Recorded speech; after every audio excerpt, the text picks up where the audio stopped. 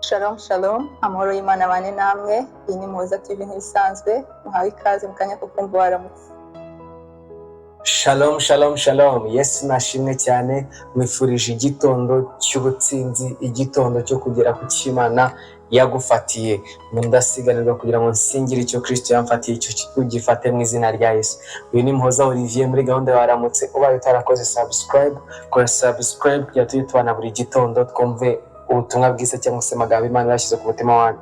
Uyu munsi rero Imana hari amagambo yamaye kukubwira wowe uri guca mu bibazo, warangiza ugashaka kwirwanirira, ugashaka kugira ngo wicire inzira z'ubusamo. Imana mbwira ngo komera uyizere, nawe ujya uyizera ngo akorwe n'isoni. Reka dusome rino jambo riri mu gitabo cy'umuhanuzi Daniel, ni ibice 3 guhera ku murongo wa 13 kumanuka. Nuko Nebukadinezari ararakara cyane, ategeka ko bamuzanira Sadraki na Meshaki na Abedenego, nuko babashyira umwami.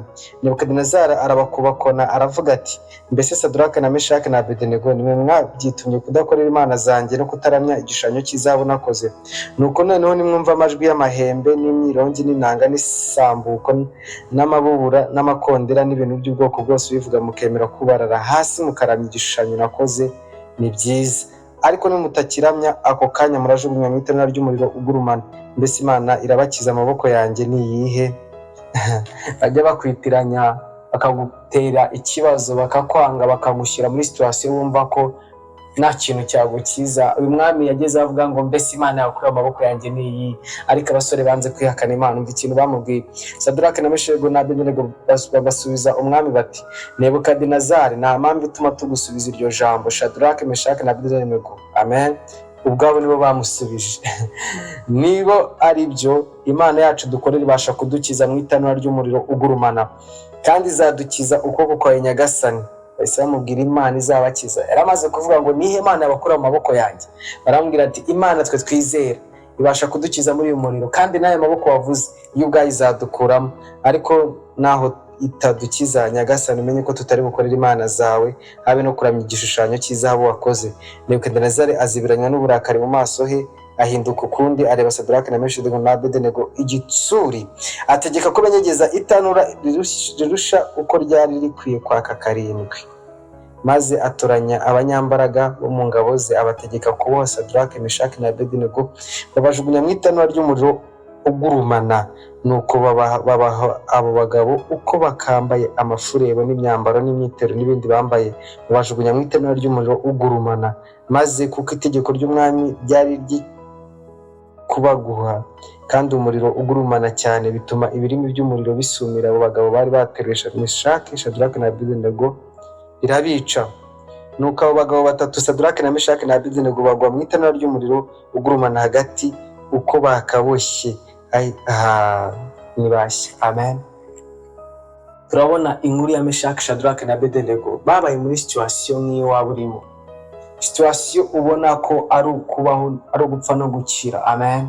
Ari ukuntu ubona situation ukavuga ngo aha hantu ngo ninabeshya sindya, ninabeshya sindi bwige, ninasamba na simbona rendi. Ariko ndagira ngo mbwire ngo hamya Imana yawe.